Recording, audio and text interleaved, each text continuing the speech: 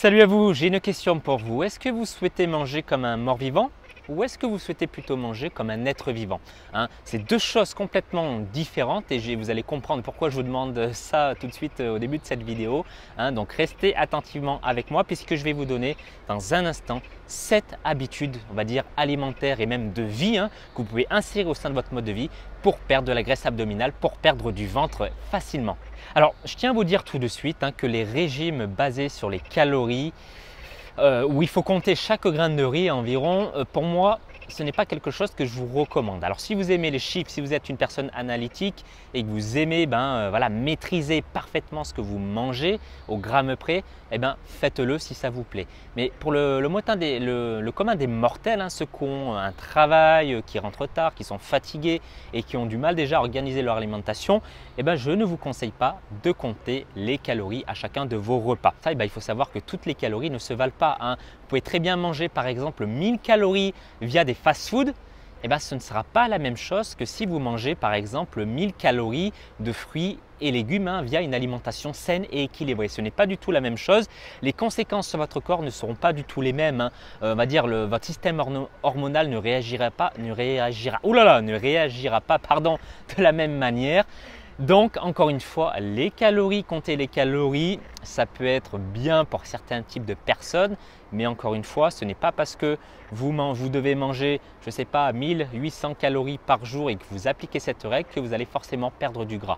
Attention, il n'y a pas que ça à prendre en compte. C'est pourquoi appliquez les 7 habitudes que je vais vous dévoiler maintenant tout de suite. La première habitude à prendre, on va dire tout de suite, immédiatement, c'est de manger, on va dire, tous les 3 à 4 heures. Vous allez me dire, mais pourquoi Kevin, j'ai besoin de manger autant? Alors non, je ne vous demande pas de manger beaucoup. Ce n'est pas les quantités que vous allez devoir augmenter, mais c'est plutôt la fréquence de vos repas. Si besoin, bien évidemment, c'est à adapter en fonction de votre mode de vie et puis également en fonction du fait que si vous avez des fringales ou pas. Aujourd'hui, à quoi ça sert de manger tous les 3 à 4 heures? Ça sert à une chose, maintenir votre taux de sucre dans le sang le plus stable possible. Donc moi, ce que je vous conseille, c'est de manger par exemple le matin un petit déjeuner à 8 heures, manger à midi, manger ensuite une collation à 4 heures et puis de manger votre repas à 20 heures. Si vous zappez, comme font beaucoup de personnes, la collation à 4 heures, qu'est-ce qui va se passer?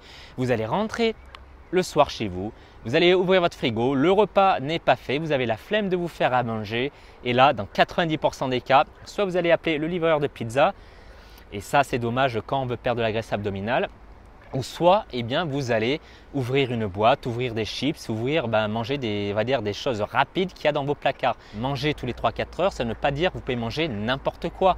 Parce que si vous mangez tous les 3 à 4 heures, même tous les heures, des aliments avec des index glycémiques élevés, ça ne sert à rien. Parce que l'objectif principal, je viens de vous le dire, c'est de maintenir votre taux de sucre dans le sang le plus stable possible pour éviter les pics d'insuline. Et si vous mangez les mauvais aliments avec des index glycémiques, on va dire hauts, ou même des aliments à charge glycémique haut, mangez 4 fois par jour, mais en choisissant les bons aliments, bien évidemment. Ensuite, la deuxième habitude à prendre dès maintenant, c'est de manger des aliments riches en protéines à chacun de vos repas. Alors, contrairement à des idées reçues, non, vous n'allez pas vous casser les reins en mangeant des protéines à chacun de vos repas, sauf si vous avez des problèmes déjà par rapport à ça. Aujourd'hui, il y a énormément d'idées reçues par rapport aux protéines, surtout venant des personnes qui sont dites véganes ou végétariennes. Et encore une fois, si vous êtes, quand je dis assimiler, manger des protéines à chacun de vos repas, ça ne veut pas dire que vous êtes obligé de manger des protéines, on va dire animales. Vous pouvez apporter tous les acides aminés essentiels nécessaires, on va dire, à la construction musculaire ou au maintien de votre masse musculaire via les céréales et les légumineuses en les couplant. Manger au moins une source de protéines à chacun de vos repas parce qu'il y a des études qui l'ont montré et voilà, je vous mettrai les liens dans la description. Je ne suis pas là pour vous vendre du rêve. Encore une fois, ce sont des études qui ont été faites à ce sujet et les personnes qui mangent des protéines à chacun de leurs repas, elles ont une masse musculaire plus importante, une masse maigre plus importante. Elles ont un pourcentage de masse grasse plus faible et puis elles ont aussi, disons-le, de meilleures performances au sein de leur entraînement, au sein de leur activité physique. Donc ça, je ne l'ai pas inventé. Ça, c'est dû à des études qui ont été faites. Donc, mangez des protéines à chacun de vos repas. La troisième habitude à prendre en compte, bien évidemment, voilà, je sais que certains d'entre vous sont peut-être fâchés avec ça, mais c'est de manger des légumes à chacun de vos repas. Alors, à quoi ça sert exactement? Les légumes servent à amener, on va dire, des fibres déjà. Hein, les fibres, ce sont des choses importantes, on va dire, à prendre et à ingérer, à assimiler. Pourquoi? Parce que ça peut vous permettre d'améliorer votre digestion, hein, et puis au niveau de vos intestins également. Les fibres sont très importants. Alors, je ne vais pas rentrer dans les détails au sein de cette vidéo. Je ferai une autre vidéo par rapport à ce sujet qui mérite vraiment une vidéo complète. Mais mangez encore une fois des légumes de saison et des légumes, on va dire, voilà, bio, hein, privilégiez le bio et évitez tout pour éviter au maximum les pesticides. Ensuite, la quatrième habitude que vous devez prendre, c'est de porter une attention particulière par rapport aux glucides, aux aliments riches en glucides. Alors là, il y a deux petites étapes par rapport à ça. La première, déjà, c'est de privilégier la qualité des aliments riches en glucides en fonction de leur index glycémique, ou autrement dit aussi, on peut les classer en fonction de leur charge glycémique, qui est une valeur, on va dire, un peu plus précise puisqu'il prend la quantité de ces aliments-là.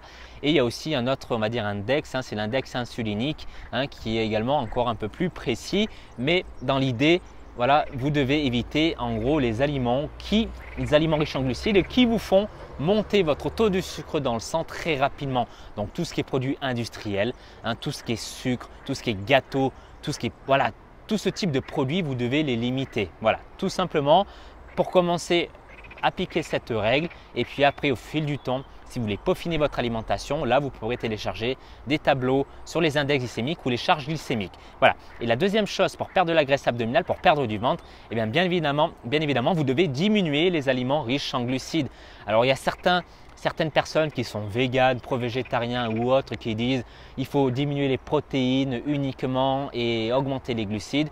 Alors je répondrai à ces personnes-là que les aliments, on va dire que les glucides est un des seuls macronutriments dits non essentiels. C'est-à-dire que le corps est capable de les synthétiser via les protéines et via les lipides au sein de notre corps. Donc si on en manque légèrement, ce que je déconseille, il faut toujours manger des glucides à chacun de ses repas pour ne pas rentrer en mode cétose. Attention, ne faites pas n'importe quoi.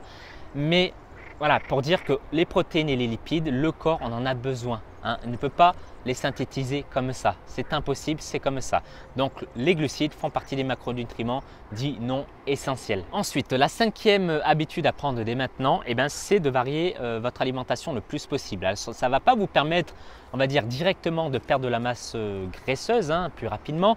Non, mais ça va vous éviter de rentrer dans une monotonie qui pourrait vous décourager au fil du temps. Voilà. Le but, ce n'est pas de faire un régime, encore une fois. Le but, c'est de viser sur le moyen, voire le long terme. Donc, variez vos repas, rajoutez des épices, faites de nouvelles recettes. Et d'ailleurs, je vous mets là, ici, sur cette vidéo, vous pouvez voir un livre de recettes que je vous recommande. Les recettes sont extrêmement faciles à préparer. C'est le livre le plus facile. En plus, c'est marqué sur le titre. Et en plus, c'est light. Donc voilà, vous pouvez le retrouver sur Amazon. Je vous mettrai le lien en dessous de la vidéo. Et puis, vous pouvez également rajouter ce qu'on appelle les super aliments. Alors, les super aliments, ce sont des aliments, on va dire, qui ont des superbes qualités d'un point de vue nutritionnel, qui ont énormément de vitamines, de minéraux, d'antioxydants et que vous pouvez également rajouter au sein de votre alimentation pour pimenter tout ça et améliorer la qualité. La sixième habitude à prendre, c'est de préparer vos repas à l'avance. Donc là, oui, ça reste quand même du bon sens. Mais si vous prenez par exemple votre dimanche, le dimanche après-midi ou le dimanche soir, au lieu de préparer un repas uniquement pour le soir, vous pouvez déjà préparer le repas pour les 2 à 3 voire 4 prochains jours. Comme ça, dès que vous arrivez, je ne sais pas, le soir en rentrant chez vous, vous avez quelque chose à manger. La septième habitude, et qui va peut-être vous surprendre, mais c'est de vous autoriser 10% de liberté.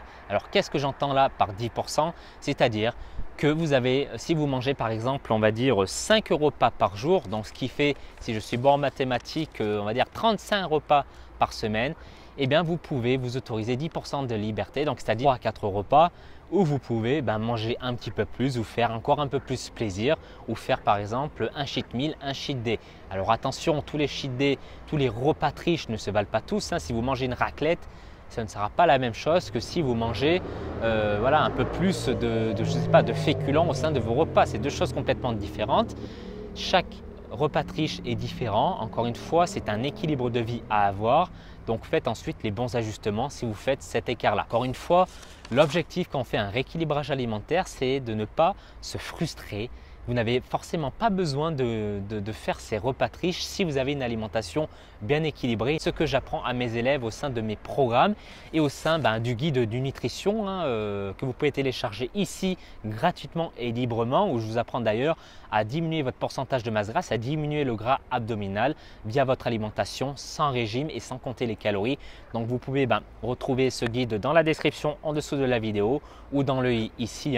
Donc ça me fera plaisir de vous aider et c'est totalement offert. Donc voilà, vous n'avez rien à perdre, bien au contraire. Encore une fois, faites-vous plaisir, ne faites pas de régime, faites un rééquilibrage alimentaire. Et puis tout se passera bien. Ajustez ça en fonction de votre profil. Vous êtes une personne unique dans ce monde. Vous n'êtes pas la même personne que votre voisin. Donc encore une fois, c'est important d'adapter tout ça, d'adapter votre alimentation à vous. Et puis, soyez également à l'écoute et apprenez tous les jours. Voilà, je vous souhaite encore une fois tous mes vœux de succès. Partagez cette vidéo si elle vous a plu. Voilà, je vous embrasse et je vous dis à très bientôt sur Forme Athlétique. Bye bye.